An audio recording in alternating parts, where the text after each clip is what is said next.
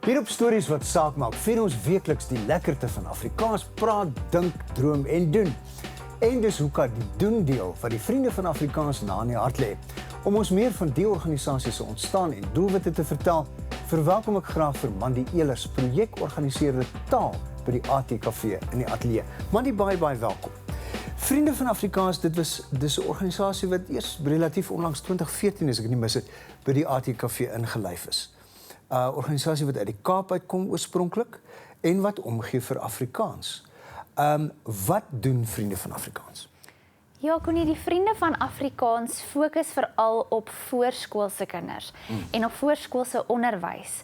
In 2014 het dit nou deel geword van die ATKV, maar dit bestaan al reeds van 1994 en professor Johan Kombrink het die VVA begin, want hy was bekommerd oor waar gaan Afrikaans in ons kinders se lewens. Ja.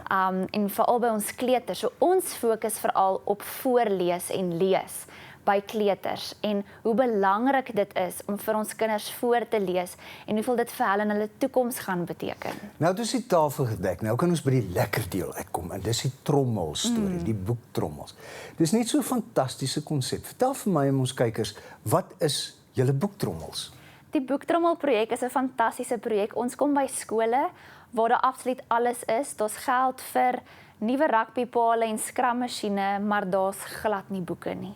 En dit is waar die Boektrommelprojek inkom. So ons identifiseer skole wat nie boeke het nie, wat 'n behoefte het aan boeke en ons skenk 'n groot boektrommel met tussen die waarde van die boektrommel is ongeveer 8.000 tot 10.000 rand se boeke wat ons vir daai skool gee vir die kinders en om onderwysers aan te moedig om vir die kinders te lees en dat die kinders ook self begin lees en self met die boekies werk. Dis 'n wonderlike konsep. As mense wat kyk byvoorbeeld boeke het wat hulle wil skenk, sal julle dit aanvaar?